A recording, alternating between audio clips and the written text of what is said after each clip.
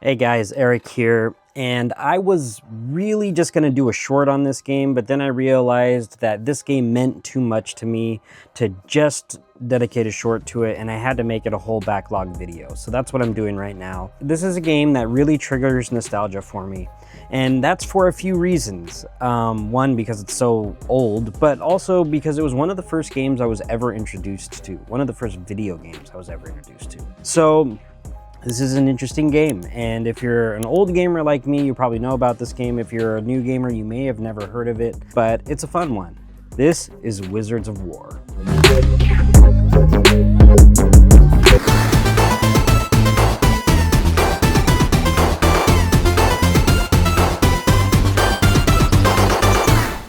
All right, so what is Wizards of War, or Wizard of War? First of all, it's Wizard of War, and it's spelled W-O-R instead of W-A-R. So not 100% sure why the misspelling is there. Either way, this game was first released in 1981. So even a long time ago. I was going to say something else, but then I don't want to allude to my age. Anyway, 1981. 1981 is when this game came out. It was published by Midway. So Midway is a pretty old gaming company. Either way, Wizard of War is a maze game not unlike Pac-Man, but different at the time. You take control of what's called a war or a warrior, and you have a little ray gun, and you move around this maze, and you go and you kill these slow-moving enemies. Well, they're slow-moving at first, they're blue enemies, and you shoot them. This is also two players simultaneously, and if you don't have a second player to play with you, the computer will take control of the second player, and it's basically you versus them in a battle to see who scores the highest. But there are 5 total types of enemies. The basic blue slow-moving guys, which you'll see in the gameplay, and then there's a yellow guy that kind of teleports around. There's a red guy that teleports around, and he's quicker. And then after all of that, you have a chance to face the warlock, and the warlock's very fast, but he tries to escape the maze before you can kill him. And if you kill him, then you have a chance to actually face the wizard himself, and then it's an all-out battle between you and the wizard. He doesn't run away from the maze, and he just goes out to try and take you out, or you have to take him out for a chance at a super high score. That's the whole point of the game. It's an older game, so there's not a ton of depth to it. However, there is a bunch of skill involved, as there was with some of these older games. So at the time, this game did come out on a bunch of home consoles with varying degrees of success and varying degrees of graphics and stuff, depending on the strength of the system. I believe, I'm not 100% sure, but I believe the one that I used to play as a child the most often was for the Atari 5200. That being said, I enjoyed the arcade version more. And I've been trying to go in depth to understand why. Why did I enjoy the arcade version more? Essentially, they were the same. But when I put them up against each other, something that's possible by emulation, I realized what it was. I realized that it had a lot to do with frame rate. Now, although the Atari 5200 version of this game is pretty good and is considered pretty good when it comes to versions of this game, and there are a lot of home versions of this game, the frame rates just aren't there. And a dedicated arcade machine at the time, which could dedicate all of its power to powering this one singular game, was able to deliver better frame rates. You'll see what I'm talking about because in the gameplay, I'm gonna be talking about the arcade version. Another thing that I just wanted to note here, and you will see that in the gameplay as well, is that although this game only has like 5 or 6 colors, those colors really pop on an OLED screen. That's probably because the background is just black. And anytime you've got blacks and colors and stuff like that, especially for these older games, like these older Tron games and stuff like that, the OLEDs just make them pop. And I absolutely love playing these games on an OLED screen, even though I'm going to be doing it on a handheld because of where I'm at currently. This game just looks phenomenal on an OLED. So we're going to check it out right now. This is my gameplay of Wizard of War. This is Wizard of War. I call it Wizards of War, but I think it's just Wizard of War. It had some very rudimentary voices in it. I don't know if you can hear that. But anyway, we're getting ready to jump in. Just look at how these colors pop on this OLED. I hope that's coming through. Anyway, there's my little guy. And I have to kill these slow-moving guys. And then I guess what you would call a boss appears at the end. Right here. And then we get this guy who disappears, but also the other player is going to try to get me, but I got him, so... Anyway, that's the first maze, and that's essentially this game. We're just going to see how far we can go here. It does get progressively harder, and you can go through... you can go through these tunnels. I'm going to kill these guys. Now there's 2 of them. Oh, he got me with the bolt. I don't know where he's at. You have to oh, he's so quick to sometimes guess where these guys are going to be. Okay, there's the Warlock, and we got him. That's going to double my score. Give me a little flashy flash. All right, here we go. Moving on.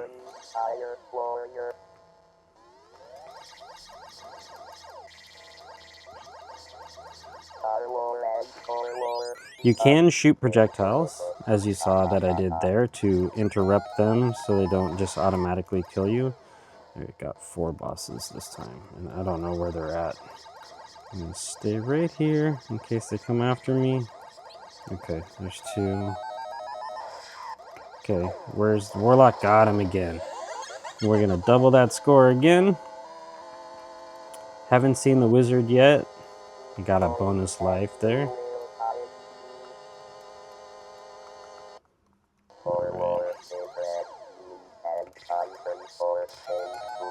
A regular enemy shot a beam at me. Oh my goodness. I just got overwhelmed right there. Okay, there's regular guys, and then there's a bunch of guys in that center. Ah, shoot.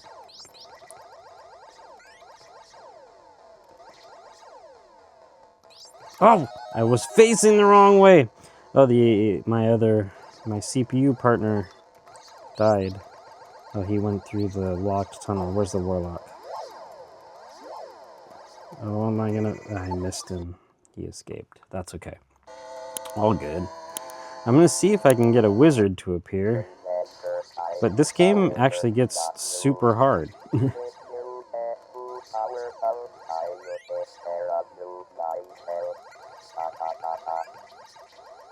I would like to see someone that's like super skilled at this game actually play it and see how far they can get and how crazy the levels get. I don't know. Right in between shots. I don't know where he's at. I don't know where he's at. It's way harder without a partner. Okay. Got him.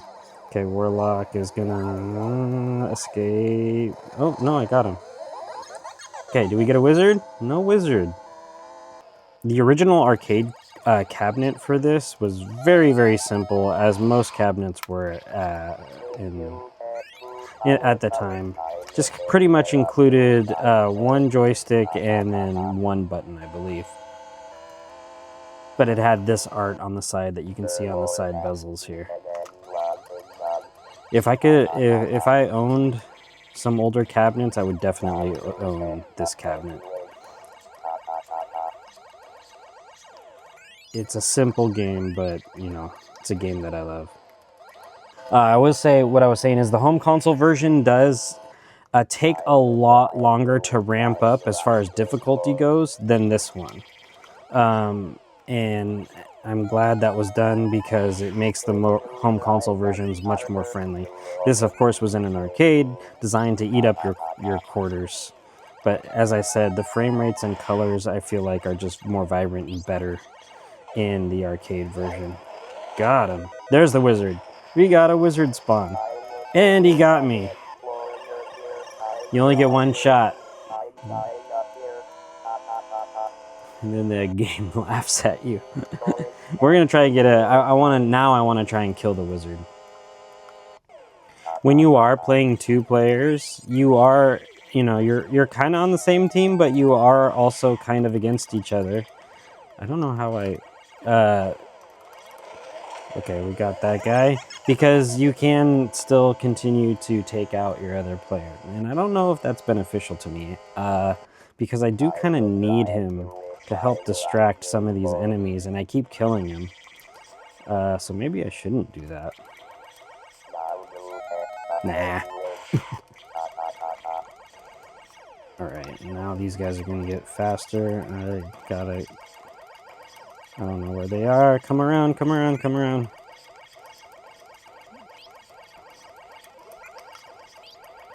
Okay, they're all kind of over there.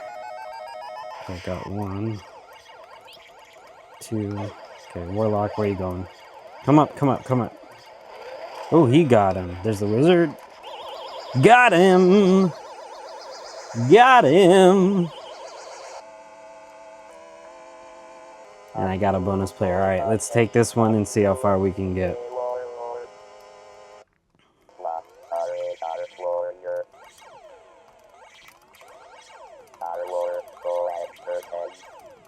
Ah, come on. He barely touched the gun. He touched just the tip. Just the tip. Oh! Okay, that was more than just the tip.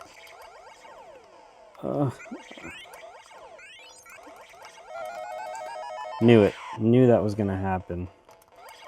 My reaction time could be better. When you fire long distance like that, there's the time between shots is so hard. Okay, where you going? Gotcha. Give me another life. Dungeon 5. This is where I died last time.